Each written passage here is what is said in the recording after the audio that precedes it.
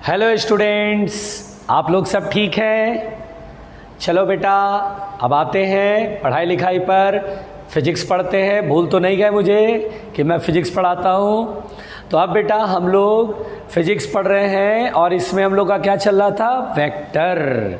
और वेक्टर में अब हम पढ़ेंगे, आगे मैं आपको टॉपिक पढ़ा रहा हूँ और हम लोग पढ़ेंगे मल्टीप्लिकेशन ऑफ वेक्टर्स, है ना बेटा?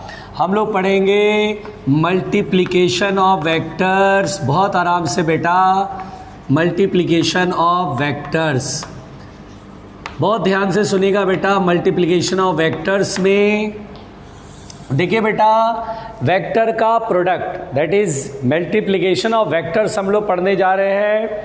और बेटा यहाँ पर मल्टीप्लिकेशन दो तरह का होता है ना? दो तरह का होता है। मल्टीप्लिकेशन कितने तरह का होता है बेटा? दो तरह का। एक होता है डॉट प्रोडक्ट। क्या होता है बेटा? Dot product. बहुत बढ़िया, ध्यान से सुनिएगा। और डॉट प्रोडक्ट का दूसरा नाम है स्केलर प्रोडक्ट। क्या है बेटा? Scalar product. सब लोग समझना ध्यान से। Scalar product. दूसरा है बेटा वेक्टर प्रोडक्ट। पहले तो क्रॉस प्रोडक्ट, क्रॉस प्रोडक्ट या फिर इसे बोलते हैं वेक्टर प्रोडक्ट, है ना बेटा? इसे बोलते हैं वेक्टर प्रोडक्ट। तो अब यहाँ पर बेटा बहुत ध्यान देने वाली बात यह है कि हम लोग मल्टीप्लिकेशन ऑफ वेक्टर्स में दो तरह के वेक्टर का मल्टीप्लिकेशन होता है। एक होता है डॉट प्रोडक्ट और दूसरा होता है क्रॉस प्रोडक्ट, है ना? डॉट प्रोडक्ट का दूसरा नाम क्या है? Scalar product. और क्रॉस प्रोडक्ट का दूसरा नाम क्या है बेटा? Vector product. और यहाँ बेटा हमें सिर्फ दो वेक्टर का मल्टीप्लिकेशन पढ़ना है। मल्टीप्लिकेशन तो तीन वेक्टर का भी कर सकते हैं, चार वेक्टर कर सकते हैं, लेकिन हम लोग not preparing for NASA, not preparing for ISRO, है ना? We are preparing for the JEE mains, यानी JEE IIT, JEE mains and advance and NEET.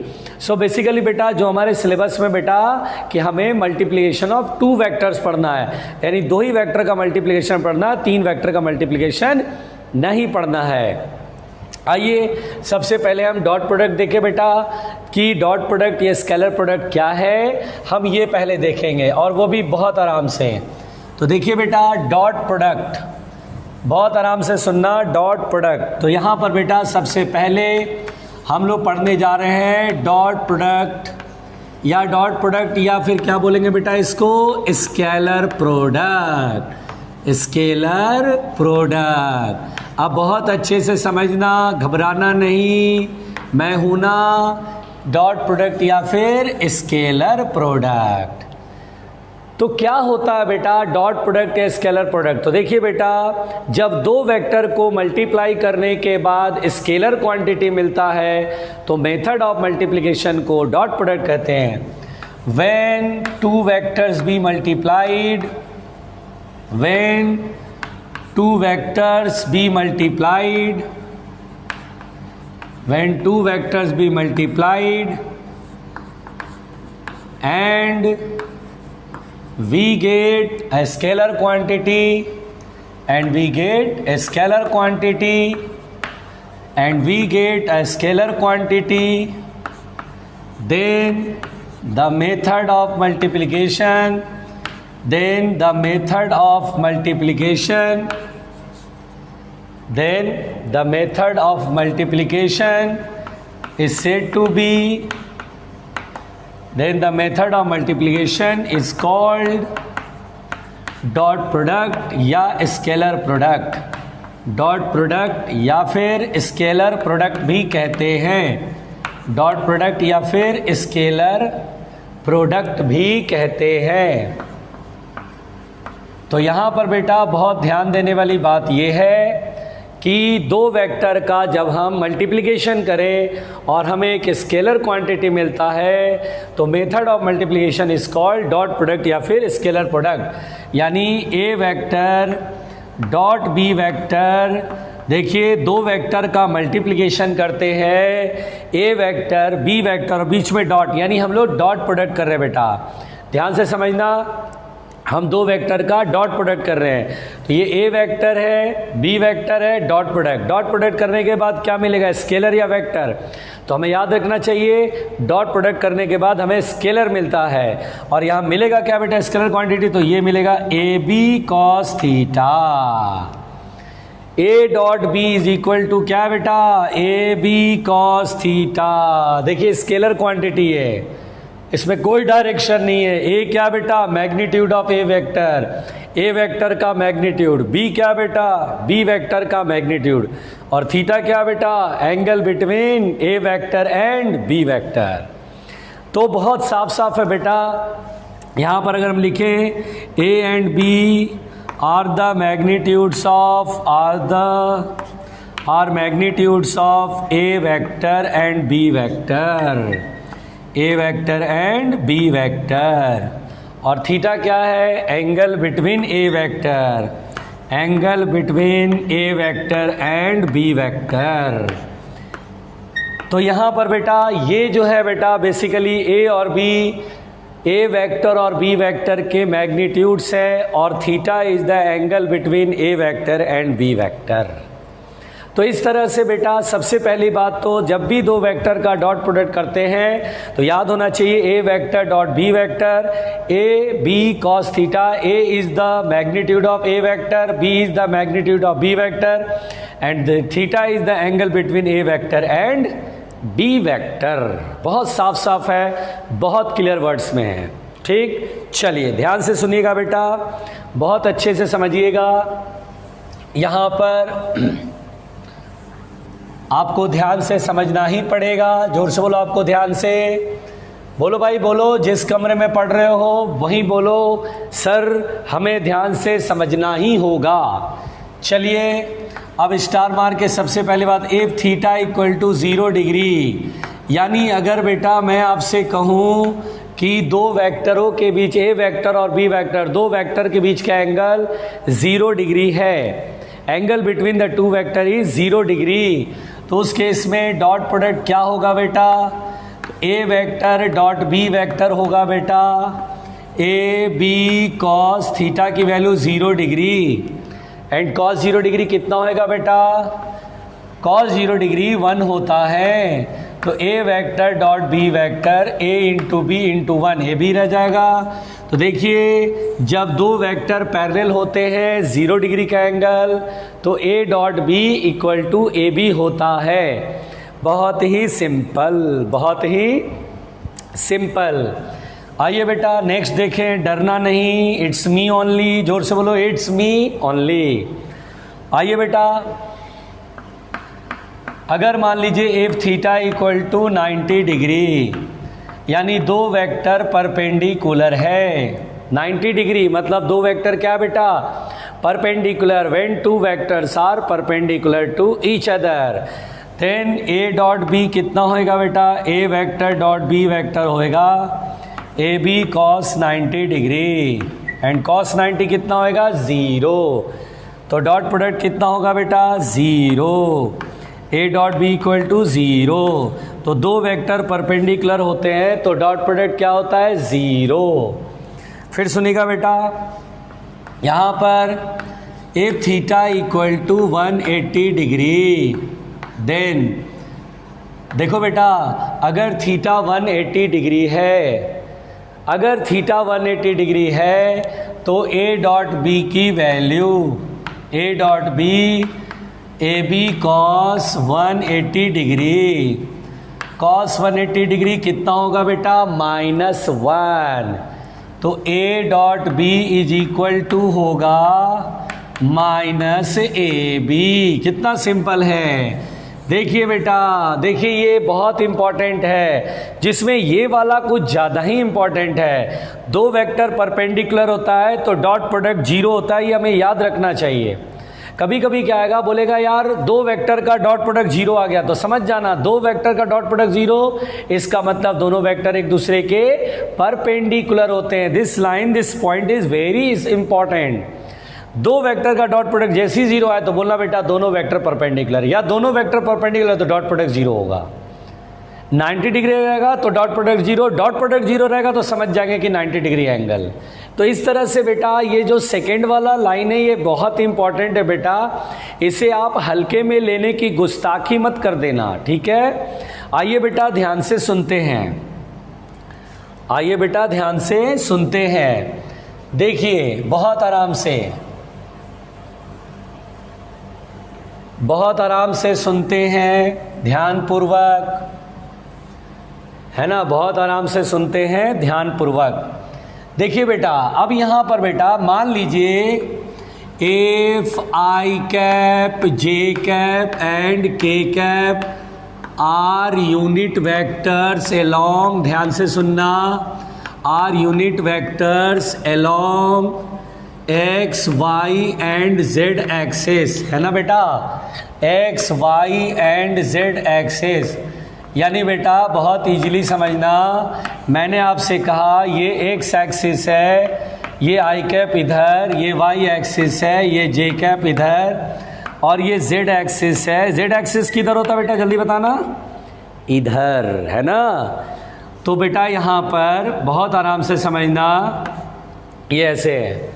अगर मुझसे कहेगा आई डॉट आई कितना होएगा, देखिए आई डॉट आई कितना होगा, तो देखो बेटा ए डॉट बी क्या होता है, ए बी कॉस थीटा, इसका मैग्नीट्यूड 1 इंटू इसका मैग्नीट्यूड 1 इंटू, और दोनों आई कैप और आई कैप ये भी एक्स एक्सिस के लॉन्ग, ये भी एक्स एक्सिस के लॉन्ग, तो दोनों के बीच का एंगल कितना है बेटा 0 डिग्री। तो cos 0 डिग्री कितना होएगा 1, यानी आई डॉट आई की वैल्यू कितना होएगा 1।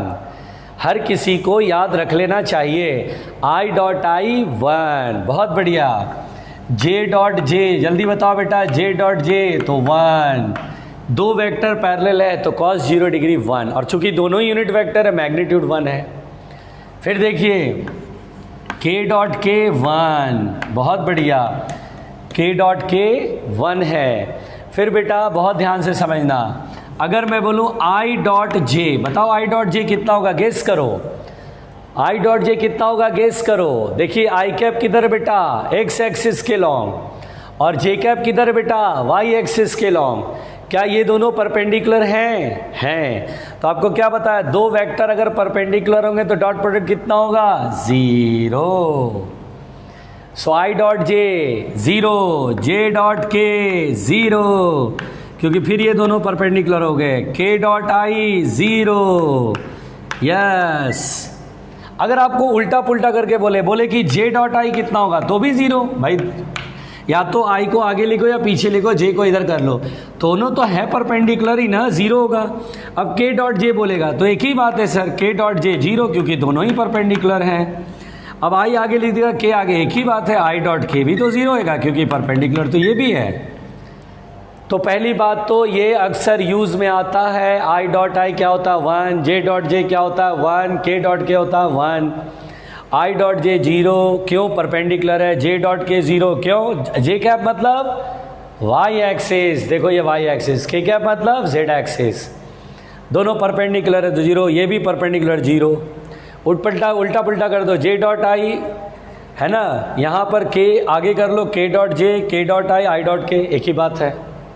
तो बेटा ये वाली लाइन आपको हर वक्त याद रखनी पड़ेगी। फिर सुनिए बेटा, ध्यान से मेरी बात समझिए, बहुत अच्छे से, ध्यान से देखिए बेटा, बहुत आराम से समझना जो मैं बोलूँगा। देखिए सबसे पहली बात बेटा, अगर मान लीजिए आपसे क्वेश्चन में आया, देखिए बेटा अगर मान लीजिए ए वेक्टर, देखिए मैं थ्योरी समझा रहा हूँ, ठीक से समझना। ए वेक्टर है A1 आई कैप प्लस A2 जे कैप प्लस A3 के कैप, एंड बी वेक्टर है B1 आई कैप प्लस B2 जे कैप प्लस B3 के कैप। अब ऐसे है बेटा, और अगर मुझसे कहा कि आप जो है ए डॉट बी सॉल्व करें, ए वेक्टर डॉट बी वेक्टर को सॉल्व करें, तो ए डॉट बी देखने में लगता है ए बी कॉस थीटा। चलिए ए निकाल लेंगे, मैग्नीट्यूड आई जे के है तो मैग्नीट्यूड निकालना जानते हैं, इसका भी मैग्नीट्यूड, लेकिन थीटा नहीं गिवन है बेटा। What is the angle between them given नहीं है, तो ए डॉट बी कैसे निकालेंगे? तो हम डायरेक्ट मल्टीप्लिकेशन करें, मतलब ए वेक्टर की वैल्यू लिखेंगे a1 आई कैप प्लस a2 जे कैप प्लस a3 के कैप, फिर यहाँ पर लिखेंगे डॉट, और बी वेक्टर की जगह b1 आई कैप प्लस b2 जे कैप प्लस b3 के कैप। आराम से समझना बेटा, ये ऐसे देख रहे हैं। अब ब्रैकेट खोलते हैं, इसका मल्टीप्लाई इसके साथ, तो देखिए a1 b1 और i डॉट आई क्या होता है 1, तो a1 b1 इंटू 1 यही रह जाएगा। फिर इसका मल्टीप्लाई इसके साथ करेंगे, ब्रैकेट ऐसे ही तोड़ते हैं ना, इसका मल्टीप्लाई इसके साथ, फिर इसी का मल्टीप्लाई इसके साथ, फिर इसका मल्टीप्लाई इसके साथ, फिर इसका मल्टीप्लाई इसके साथ, इसका मल्टीप्लाई इसके साथ, इसका मल्टीप्लाई इसके साथ, ऐसे ही तोड़ते ना। फिर इसका मल्टीप्लाई इसके साथ, इसका मल्टीप्लाई इसके साथ, इसका मल्टीप्लाई इसके साथ। तो चलिए पहले इसका मल्टीप्लाई किया, ये आया आई डॉट आई 1। फिर बेटा इसका मल्टीप्लाई इसके साथ, तो दिमाग लगाओ, आई कैप है dot J cap, I dot J कितना होता है 0, तो वो लिखेंगे ही नहीं, समझ में आ रहा है। फिर इसका मल्टीप्लाई इसके साथ, तो आई डॉट के भी 0, अरे कमाल हो गया, नहीं आया। इसका मल्टीप्लाई केवल इसके साथ हुआ, I dot I 1, I dot J 0, I dot के 0, फिर से, अरे अब यहां देखेंगे इसका मल्टीप्लाई इसके साथ, तो जे डॉट आई 0, क्योंकि ये वाई एक्सिस ये एक्स एक्सिस, दो वेक्टर परपेंडिकुलर है, डॉट प्रोडक्ट 0। फिर इसका मल्टीप्लाई इसके साथ, जे डॉट जे 1, अच्छा हाँ, तो a2 b2, फिर जे डॉट के 0, अरे कमाल हो गया यार। फिर आइए के डॉट आई, फिर ये दोनों परपेंडिकुलर, के जेड एक्सिस की तरफ, I cap X axis, Z axis और X axis perpendicular, dot product 0, K dot J फिर 0, के डॉट के 1, अरे इसका मतलब a3 b3।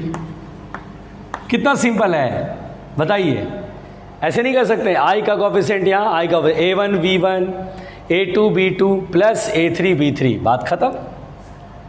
देखिए डॉट प्रोडक्ट कितना आसानी से सॉल्व करा, अगर ऐसा कभी होता है तो ऐसे ही सॉल्व करते हैं। और अभी क्वेश्चन करेंगे, जैसे देखिए मान लीजिए मैं यही करा देता हूँ। मान लीजिए बेटा अगर मैं आपसे बोलूँ ए वेक्टर है 3i cap minus J cap plus 2k cap, और मान लीजिए बी वेक्टर है I cap plus 4j cap plus k cap. अब मैंने आपसे कहा ए डॉट बी सॉल्व करो, ए डॉट बी सॉल्व करो, तो क्या करेंगे? देखिए आई और आई देखेंगे, आई डॉट आई 1, तो 3 1 जा 3 है ना। देखिए सिर्फ आई वाला पहले देखिए, आई और आई डॉट आई 1 3 1 जा 3, जे डॉट जे 1 तो -1 इंटू 4 -4 है ना। देखिए आई और आई वाला देखा, अब जे और जे वाला, जे डॉट जे 1 तो -1 यहाँ है ना, माइनस है तो -1 इंटू 4 -4। अब के वाला देखेंगे, के डॉट के 1 2 1 जा 2 प्लस 2 3 प्लस 2 5 5 माइनस 4 इज 1। तो कितना सिंपल निकाला, ए डॉट भी निकल के आ गया 1। अगर कभी आई जे के टर्म्स में ए वेक्टर और बी वेक्टर दिए, डॉट प्रोडक्ट पूछे, तो ए बी कॉस थीटा से नहीं चलेंगे, हम ऐसे चलेंगे। देखिए कहानी बहुत साफ है, क्वेश्चन भी करेंगे, परेशान मत हो, बहुत सारे क्वेश्चन करेंगे, ढेर सारे क्वेश्चन करेंगे, डॉट प्रोडक्ट पे बहुत सारे क्वेश्चन करने हैं, परेशान होने की ज़रूरत नहीं है, ठीक है। चलिए मिटा रहा हूँ बेटा। देखिए बेटा, देखिए ध्यान से, देखिए डॉट प्रोडक्ट में बेटा to find the angle between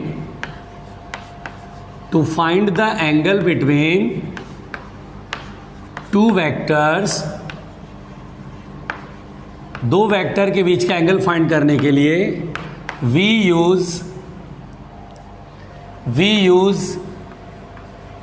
use method of dot product, we use method of dot product of two vectors, method of dot product of two vectors. यानी बेटा कभी भी क्वेश्चन में आपको दो वेक्टर का एंगल सॉल्व करने को कहे तो हम हमेशा डॉट प्रोडक्ट वाला मेथड सॉल्व करेंगे, उसको यूज़ करेंगे।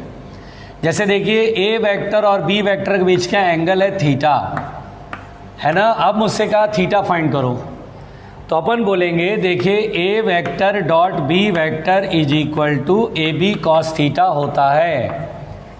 तो यहाँ पर देखिए थीटा क्या है, ए वेक्टर और बी वेक्टर के बीच का एंगल। तो cos theta is equal to क्या होएगा बेटा, A vector dot B vector upon A B. A क्या है, ए वेक्टर का मैग्नीट्यूड, बी क्या है, बी वेक्टर मैग्नीट्यूड, और डॉट प्रोडक्ट अभी निकालना सीखा। आई जे के टर्म्स में ये दोनों दिए रहेंगे, निकाल लेंगे, अपॉन मैग्नीट्यूड से डिवाइड करेंगे, we have the cos theta. So theta is equal to cos inverse A dot B upon A B.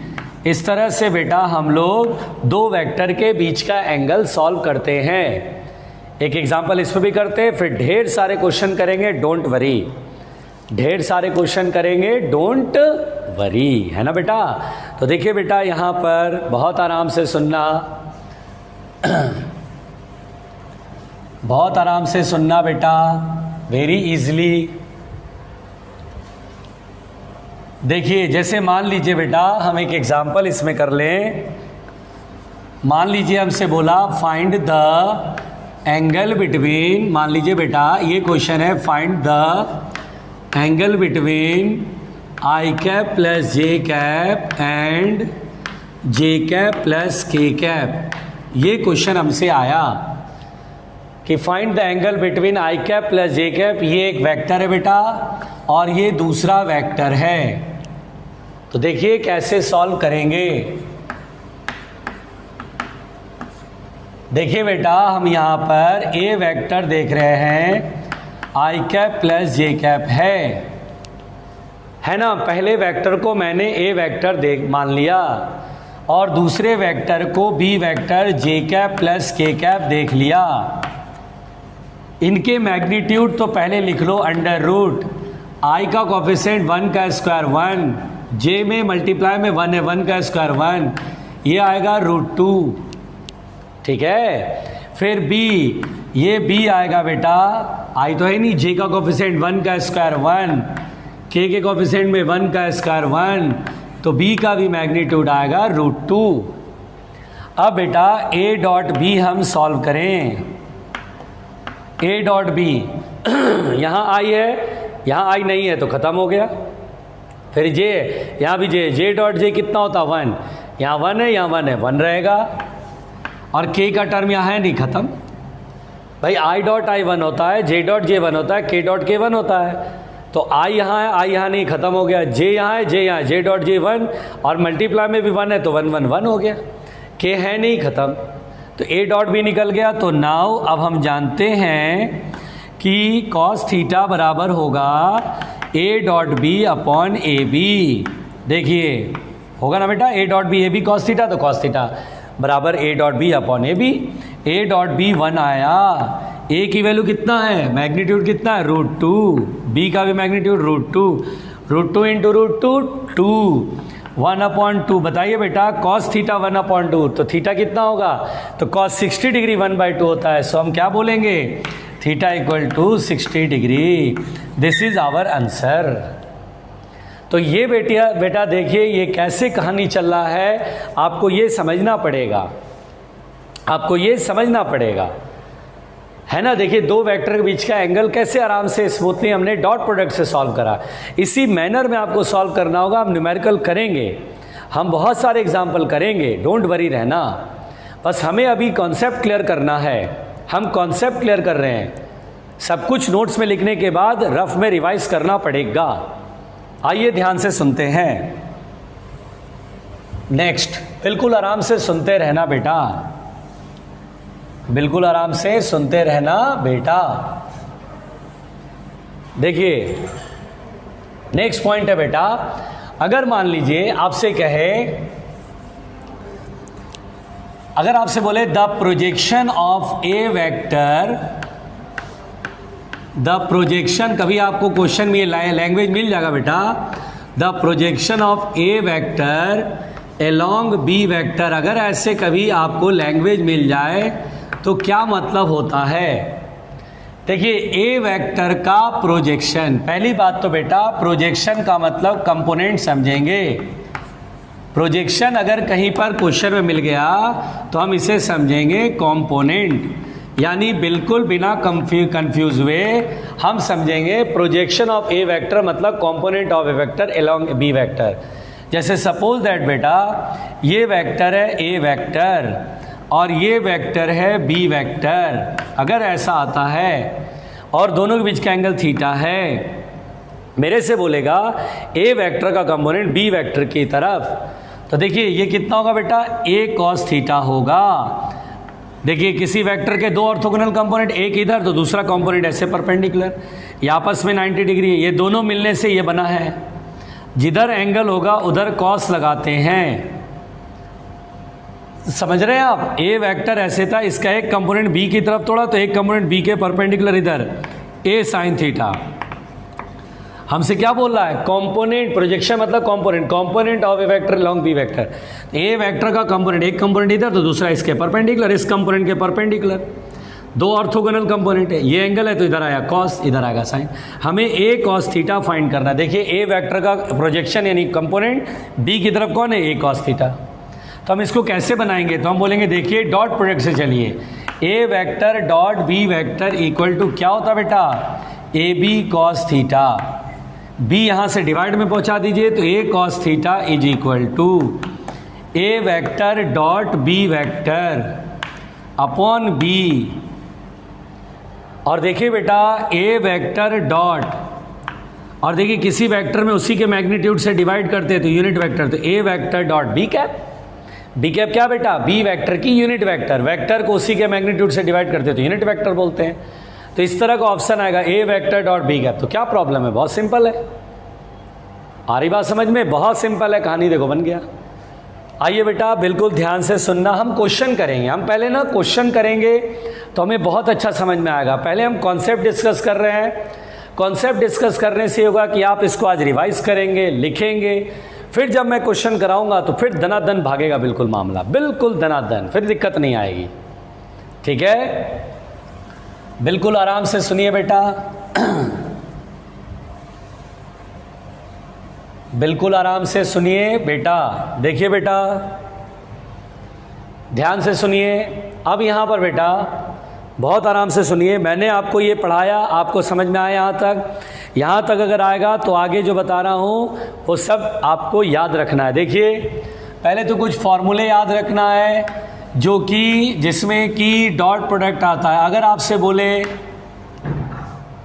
आपसे बोले work done by a force, work done by the force, अगर ये question आया कि किसी force के द्वारा वर्क डन कहेगा, work done by the force, है ना बेटा? क्वेश्चन में आएगा work done by the force, तो वर्क डन का फॉर्मूला होता है F vector dot S vector, जहाँ एफ वेक्टर का मतलब है फोर्स, एफ वेक्टर का मतलब है फोर्स और एस वेक्टर का मतलब है डिस्प्लेसमेंट। डोंट वरी, जोर से बोलो डोंट वरी, कोई घबराएंगे नहीं। ठीक है, उसके बाद बेटा अगर कभी पावर आएगा, पावर को बेटा रेट ऑफ वर्क डन भी कहते हैं, पावर को रेट ऑफ वर्क डन भी कहते हैं, रेट ऑफ वर्क डन। तो बेटा यहाँ पर बहुत आराम से पावर अगर पूछा जाएगा तो आपको लिखना है F vector dot velocity vector. यहाँ पर देखिए सारे फॉर्मूले आपको याद रखने हैं। एफ का मतलब है फोर्स और वी वेक्टर का मतलब है वेलोसिटी। ये हर स्टूडेंट को याद होना चाहिए, कोई कंफ्यूज नहीं होगा। तो देखिए ये पहले तो हर स्टूडेंट को याद होना चाहिए। Work done is equal to F vector dot S vector, power is equal to F vector dot V vector, force F vector is the force and V vector is the velocity. यहाँ F vector is the force, S vector is the displacement. आराम से ये formula normally use होते रहते हैं, आपको याद होना चाहिए। ठीक है, चलिए ध्यान से सुनिएगा बेटा। बिल्कुल ध्यान से सुनते रहिएगा है ना। फिर सुनिए बेटा, अगर कभी आपको कहीं मान लीजिए ऐसे क्वेश्चन मिल जाए और इसमें आपको ज़रूरत पड़ जाए, जैसे मान लीजिए एक्स एक्सिस वाई एक्सिस, अगर मैं बोलूँ एक वेक्टर ऐसे प्लॉट किया, अब बेटा वेक्टर का टेल का कोऑर्डिनेट दिया गया x1, y1 एंड z1, ये टेल के कोऑर्डिनेट है बेटा, और हेड का कोऑर्डिनेट दिया गया x2, y2, z2, और मुझे ये वेक्टर लिखने की ज़रूरत पड़ गई, तो देखिए ये भी आना चाहिए ए वेक्टर इक्वल टू, कैसे लिखेंगे बेटा, देखिए हेड के कोऑर्डिनेट मालूम है, इसको बोलते हैं एक्स कोऑर्डिनेट, इसको बोलते हैं वाई कोऑर्डिनेट, इसको जेड कोऑर्डिनेट, इसको बोलते हैं X coordinate, Y coordinate, Z, ये टेल के कोऑर्डिनेट्स हैं। अब ए वेक्टर लिखने को कहेगा, कोऑर्डिनेट मालूम है, ए वेक्टर लिखना है वेक्टर फॉर्म आई जे के टर्म्स में, तो देखिए हेड का एक्स कोऑर्डिनेट x2 और टेल का कोऑर्डिनेट x1 है, तो x2 माइनस x1 ऐसे लिखते बेटा, x2 माइनस x1 आई कैप। देखिए बहुत आराम से सुनिए, फिर बेटा y2 minus y1, y2 minus y1 J cap, बहुत आराम से सीखते रहना, और फिर उसके बाद z2 minus z1 K cap. देख रहे हैं आपको कैसे करना है, यानी हेड के एक्स कोऑर्डिनेट में से टेल का एक्स कोऑर्डिनेट घटाया आई कैप, फिर Y coordinate y2 minus y1 J cap, z2 minus z1 K cap. इस तरह से ए वेक्टर की वैल्यू सॉल्व करनी है।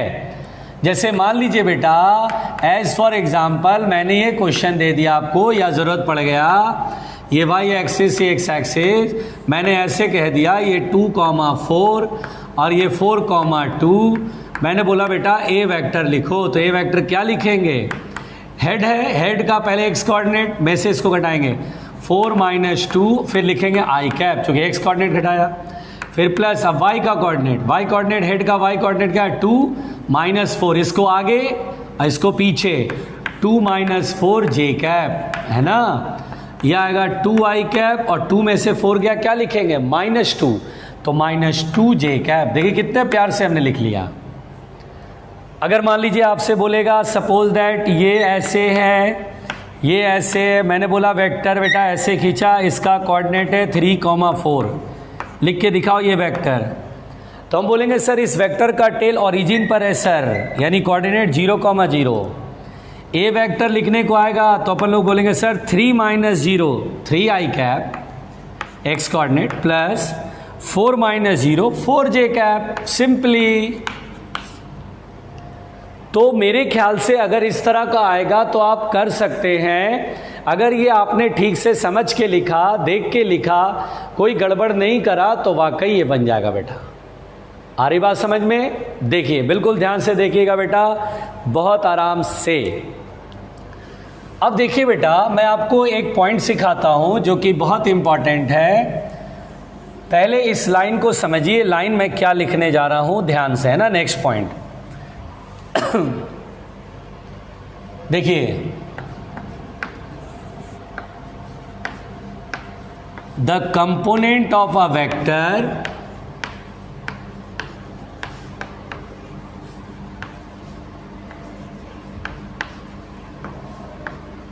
perpendicular to the vector is 0. Perpendicular to the vector is 0। देखिए बेटा, इस लाइन को समझिए। अगर मैं आपसे कहूं कि कोई वेक्टर है, आप देखिए जैसे कंपोनेंट सीखते थे आप, है ना। आप जैसे कंपोनेंट सीखते थे, मैंने आपको सिखाया था कंपोनेंट, ये एक्स एक्सिस है, ये वाई एक्सिस है। अगर मैं बोलूं एक्स वाई प्लेन में ये ए वेक्टर है, इसके दो कंपोनेंट खींचिए, एक्स की तरफ और वाई की तरफ, तो ये एक्स कंपोनेंट, ये वाई कंपोनेंट, और इस तरह से अगर ये एंगल है ए थीटा, तो X component A cos theta और Y component A sine theta. हम ये कंपोनेंट्स बना लेते थे बेटा, है ना। कंपोनेंट्स में कोई दिक्कत नहीं था, हमने इसकी थ्योरी पढ़ी, इस पे क्वेश्चन बनाया, और भी क्वेश्चन बनाएंगे, भरपूर क्वेश्चन अभी बाकी है बेटा। लेकिन ये बहुत लोग को याद आ रहा होगा, हमने फिर कंपोनेंट्स इन 3D पढ़ा था। लेकिन एक सत्य बात ये बेटा, बहुत ट्रू बात जो मैंने लिखा है वो ये है कि the component of a vector perpendicular to the vector is 0। मतलब किसी वेक्टर का कंपोनेंट उस वेक्टर के परपेंडिकुलर डायरेक्शन में 0 होता है। किसी वेक्टर का कंपोनेंट जो कि कंपोनेंट उस वेक्टर के परपेंडिकुलर है वो 0 होगा। ये बात आप जरा ध्यान से सुनिए, ये क्या कहानी है इसको समझना पड़ेगा बेटा, इसको समझना पड़ेगा बेटा कि मैं क्या बोलने जा रहा हूं। जैसे देखिए ये लाइन बहुत इंपॉर्टेंट है, इस लाइन को आप सोचो तो ये लाइन एक हल्की फुल्की लाइन नहीं है, एक बड़ी समझने वाली लाइन है। साइंस के स्टूडेंट जो कि फिजिक्स की तैयारी कर रहे हैं उनके लिए ये लाइन कोई हल्की फुल्की लाइन नहीं है, पूरे मैकेनिक्स में हर जगह इस्तेमाल होता है बेटा। अब ये है क्या बेटा, बिल्कुल ध्यान से सुनना, देखिए ध्यान से, बहुत गौर से मैं आपको समझाना चाह रहा हूं। देखिए जैसे मैं कहूं बेटा कि सपोज दैट ये कोई वेक्टर है एक्स एक्सिस वाई, मैं कहूं बेटा ये वेक्टर है, रिजल्टेंट वेक्टर, ये दो वेक्टर के ऐड होने से बना। मैंने कहा एक वेक्टर की डायरेक्शन इस तरफ है तो दूसरा ऑब्वियस सी बात है इस तरफ होएगा। ये थीटा एंगल इधर होएगा a cos थीटा और ये होगा a sin थीटा। अब सोचो बेटा ये वेक्टर है, ये दो ऑर्थोगोनल कंपोनेंट्स, दो वेक्टर परपेंडिकुलर उनके ऐड होने से ये बना। अब अगर आप सोचो ये वेक्टर थोड़ा इधर होता, सोच के देखो अगर ये वेक्टर थोड़ा इधर होता ऐसे, ये एंगल थीटा, तो ये क्या करते हैं, हम बोलते हैं सर ये ऐसे बना लो और ये a cos थीटा होता। अगर मैं बोलूं कि ये बिल्कुल ऐसे हो गया बेटा, इस ए वेक्टर का एक कंपोनेंट इधर है तो एक कंपोनेंट इधर है, अब मैं बोलूं बेटा बिल्कुल ये परपेंडिकुलर हो गया, तो थीटा की वैल्यू क्या होगा 90 degree. When theta is equal to 90 degree, अगर ये थीटा 90 डिग्री हो जाए तो इस वेक्टर का जो कंपोनेंट इधर की तरफ आएगा ए cos थीटा चल रहा है, आप इधर खींचोगे तो देखो थीटा बढ़ गया कि नहीं बढ़ गया, तो ये इधर की तरफ खिसक जाएगा, तो ये a cos थीटा इधर आ गया, थीटा बढ़ गया, बिल्कुल 90 डिग्री की तरफ आ गया। तो कंपोनेंट जो होगा ए वेक्टर का जो कंपोनेंट होगा वो a cos थीटा है और यहाँ a cos 90 and cos 90 is 0। इसीलिए बेटा किसी वेक्टर का उसके परपेंडिकुलर डायरेक्शन में कोई कंपोनेंट नहीं होता है, कोई कंपोनेंट नहीं होता है। अब आप बोलेंगे सर ये बहुत इंपॉर्टेंट लाइन कैसे है? हाँ, अब आप सोचो जरा गहराई में सोचना, मेरी बात को समझना। अब साइंस के स्टूडेंट हो, आप आगे डॉक्टर या इंजीनियर बनोगे, हल्की पढ़ाई नहीं होनी चाहिए। अब आप सोच के देखो बेटा, अच्छा बताओ, हम बोलते हैं एक्स और वाई एक्सिस, हम बोलते हैं एक्स और वाई एक दूसरे के परपेंडिकुलर होता है, यस परपेंडिकुलर होता है। हम बोलते हैं these two axis are perpendicular to each other and independent from each other, independent होते हैं। एक्स की तरफ अगर कोई घटना हो रही है तो वाई को उससे कोई मतलब नहीं है, कोई मतलब नहीं है। आप बोले अच्छा इसका मतलब समझ नहीं आया सर, मैं पहले बोल रहा हूँ स्टेटमेंट सुनो, मैं बोल रहा हूँ X and Y are independent to each other. Independent मतलब स्वतंत्र है, कोई मतलब नहीं है, एक्स को वाई से मतलब नहीं, वाई को एक्स से मतलब नहीं। मतलब जैसे सपोज दैट मैं आपसे कहूँ एक बॉडी है बेटा, suppose that this is X axis and this is Y axis. अब ये बॉडी बेटा ऐसे सरफेस पर रखा है, मैं बोलूँ 10 न्यूटन का फोर्स पुल कर रहा हूँ ऐसे, मैं इसको 10 न्यूटन फोर्स लगा, बताओ बेटा 10 न्यूटन कौन से डायरेक्शन लगा रहा हूँ, एक्स एक्सिस, एक्स डायरेक्शन में लगा रहा हूँ। क्या इस 10 का कंपोनेंट ऊपर की तरफ लगेगा? तो बोलेंगे नहीं, नहीं लगेगा, यानी वाई डायरेक्शन से कोई मतलब नहीं है। जब आप ऐसे लगाते हैं, जब इस बॉडी पर आप फोर्स ऐसे लगाते हैं तो ना कंपोनेंट तोड़ते हैं, एक ऐसे और एक ऐसे, तोड़ते कि नहीं तोड़ते हैं? आप कंपोनेंट जैसे मैं बोलूँ 10 न्यूटन ऐसे लगाया तो हम बोलते हैं सर इसका कंपोनेंट एक्स की तरफ भी होएगा और वाई की तरफ भी होएगा, लेकिन मैंने 10 न्यूटन एक्स की तरफ लगाया तो क्या इसका कंपोनेंट वाई की तरफ मिलेगा? तो बोले नहीं, क्यों? क्योंकि किसी वेक्टर का उसके परपेंडिकुलर डायरेक्शन में कोई कंपोनेंट नहीं होता है, कंपोनेंट 0 होता है। इसलिए बोलते हैं जो एक्स की तरफ कोई वेक्टर है तो उसको वाई से कोई मतलब नहीं, और जो वाई की तरफ वेक्टर उससे एक्स को कोई मतलब नहीं है। देखिए मेरी बात का गहराई समझिए, मेरी बात का फील समझिए। ये फोर्स एक्स की तरफ लगा, आपसे बोले क्या इस 10 न्यूटन का कोई इफेक्ट, जरा सा भी कोई असर वाई एक्सिस पर पड़ेगा, वर्टिकल डायरेक्शन पड़ेगा? तो बोले नहीं, कोई असर नहीं पड़ेगा। इस 10 न्यूटन से बॉडी हॉरिजॉन्टली चलने लगेगा, ऐसा तो ऊपर उठने लगेगा? नहीं उठेगा। नीचे जाने लगेगा? नहीं, हॉरिजॉन्टली चलेगा इस 10 न्यूटन की वजह से। बात मेरी समझ रहे हैं कि इस 10 न्यूटन का असर इधर की डायरेक्शन में नहीं पड़ेगा। ये एक गहराई है बेटा, पूरे मैकेनिक्स में यूज होगा। अब बोले यार हॉरिजॉन्टल फोर्स लग रहा है 10 न्यूटन, यार वर्टिकल डायरेक्शन में कोई असर नहीं sir, there is no effect. Because sir इसका कोई कंपोनेंट परपेंडिकुलर डायरेक्शन में नहीं होता है। ये कितना इंपॉर्टेंट बात बताए। इसको अगर आप मेरे लेक्चर को 2-3 बार इस टॉपिक को 2-3 बार देखिए, आप मेरी बात की गहराई को समझेंगे कि यस सर, एक्स की तरफ अगर कोई वेक्टर है तो उसका कोई कंपोनेंट वाई की तरफ नहीं होगा, और वाई की तरफ कोई वेक्टर है तो उसका कोई कंपोनेंट यानी इफेक्ट एक्स की तरफ नहीं होगा। ये कितना इंपॉर्टेंट कंसेप्ट है, इसको आप हल्के में लेंगे, भूल जाएंगे, रायता फैल जाएगा। बिल्कुल नहीं भूलना बेटा। फिर सुनिए, देखिए इस पॉइंट को मैंने समझाया, अब सुनो ध्यान से, बहुत ध्यान से सुनो बेटा।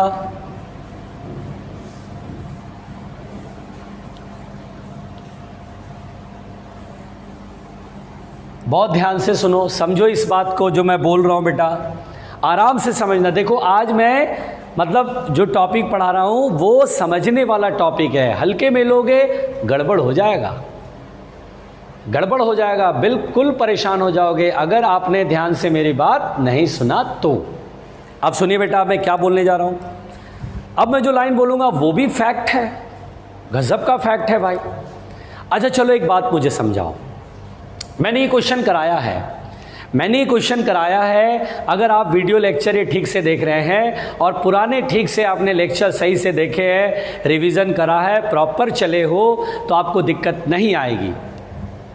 और जो मैं बोल रहा हूं बेटा बहुत ध्यान से सुनना, जो मैं बोल रहा हूं बहुत ध्यान से सुनना। अच्छा बेटा, क्या आपने क्वेश्चन बनाया था कि एक वेक्टर को, जैसे ये ए वेक्टर है, उसको टेल के अबाउट अगर मैं टर्न करा दूं, घुमा दूं, टर्न कराऊं ऐसे थीटा एंगल पे, अब ये जो वेक्टर है आया यही, यहां से सुई घूम गई ऐसे, क्या मैं इसे ए वेक्टर बोल पाऊंगा? नहीं, लेकिन मैग्नीट्यूड वही है ए, इसका भी मैं इसे बी वेक्टर बोलूंगा। तो ये जो यहां से यहां तक जो वेक्टर का हेड का जो डिस्प्लेसमेंट होता है, this is represented as delta A vector. इसको कैसे रिप्रेजेंट करते हैं बेटा? डेल्टा ए वेक्टर से रिप्रेजेंट करते हैं। कैसे रिप्रेजेंट करते हैं? डेल्टा ए वेक्टर, मतलब ए वेक्टर में change, this shows the change in A vector. याद करो मैंने ये डेल्टा ए वेक्टर को एस वेक्टर से वहां पर मान के और मैग्नीट्यूड निकलवाया था, और मैंने बोला था बेटा अगर ये थीटा बहुत छोटा हो जाए, अगर ये डी थीटा दिया जाए तो आप इसे डी ए वेक्टर भी लिख सकते हो। क्या लिख सकते हो? D A vector. डेल्टा हटा दो क्योंकि बहुत छोटा सा हल्का सा एंगल घुमा, तो ये डी ए वेक्टर कहोगे आप। क्या कहोगे? डी ए वेक्टर, मतलब very small change in A vector. देखो फैक्ट, मेरी बात सुनो, मैंने कितनी अच्छी बात करा। किसी वेक्टर को उसके टेल के अबाउट ऐसे घुमाते थे, थीटा अगर यहाँ लिखते थे, डी नहीं लिखते तो यहाँ डेल्टा लिखते हैं, अच्छा खासा डिस्प्लेसमेंट हुआ। लेकिन अगर ये बहुत छोटे से हल्का एकदम very very small, D theta मतलब क्या होता है? वेरी वेरी वेरी स्मॉल, बहुत छोटा, तो ये हेड देखो डायग्राम में तो लग रहा है कि सर यहाँ से ज़्यादा घुमा दियो, लेकिन डी थीटा है तो आप सोचो कि बहुत हल्का सा घुमाए हैं। तो ये जो वेक्टर बेटा इसको डी ए वेक्टर कहते हैं, very small change in A vector. अब देखो बेटा, अगर ये बहुत छोटे से एंगल से घुमाते हैं, फील करो बेटा, एक मैं आपको ऐसे सर्कल में समझाता हूँ। सोचो बेटा ये ए वेक्टर है ऐसे, और इसको मैंने बहुत छोटे एंगल से घुमाया है ना, मैग्नीट्यूड ए है, यहाँ भी मैग्नीट्यूड ए, अब इसको बी वेक्टर कहेंगे, और ये बहुत छोटे एंगल से घुमाया, तो ये जो बेटा यहाँ से यहाँ तक जो है इसको क्या बोलेंगे? डी ए वेक्टर बोलेंगे ना, डी ए वेक्टर। और सोच के देखो ये बहुत छोटा है, ये लॉन्ग टेंजेंट हुआ, और क्या ये रेडियस और टेंजेंट परपेंडिकुलर होता है ना? यस, 90 डिग्री का एंगल है। So it is clear that जब किसी वेक्टर को डिफरेंशिएट करेंगे, D A vector is the differentiation, है ना? फिजिक्स के हिसाब से देखें तो डी ए वेक्टर क्या बेटा? डिफरेंशिएशन। मैथ के हिसाब से देखें, मैथ के हिसाब से डिफरेंशिएशन, फिजिक्स के हिसाब से वेरी स्मॉल चेंज। तो D A vector is the differentiation. तो हम बोलेंगे when a vector B differentiated, जब हम किसी वेक्टर को डिफरेंशिएट करेंगे तो नया वेक्टर मिलेगा, that is called D A vector. और वो D A vector A vector के परपेंडिकुलर हो जाएगा। देखो है परपेंडिकुलर, क्योंकि बहुत छोटा सा एंगल घुमा, डी ए मतलब बहुत छोटा सा एंगल से घुमा, तो ये लगभग टेंजेंट के डायरेक्शन में, और ये रेडियस, तो परपेंडिकुलर होता है। इसलिए देखिए लाइन बहुत सिंपल है कि when a vector B differentiated, when a vector be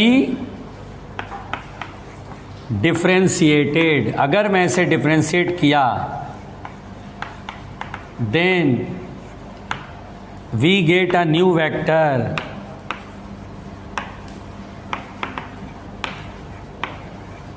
which is perpendicular to the vector which is perpendicular to the vector. और बताओ बेटा, दो वेक्टर जब परपेंडिकुलर होता है तो डॉट प्रोडक्ट जीरो होता है। Yes, A vector dot D A vector is equal to zero. तो ठीक है, आज मैंने आपको डॉट प्रोडक्ट का पूरा थ्योरी पढ़ा दिया है। कल मैं क्वेश्चन कराऊंगा जम करके। Okay, thank you.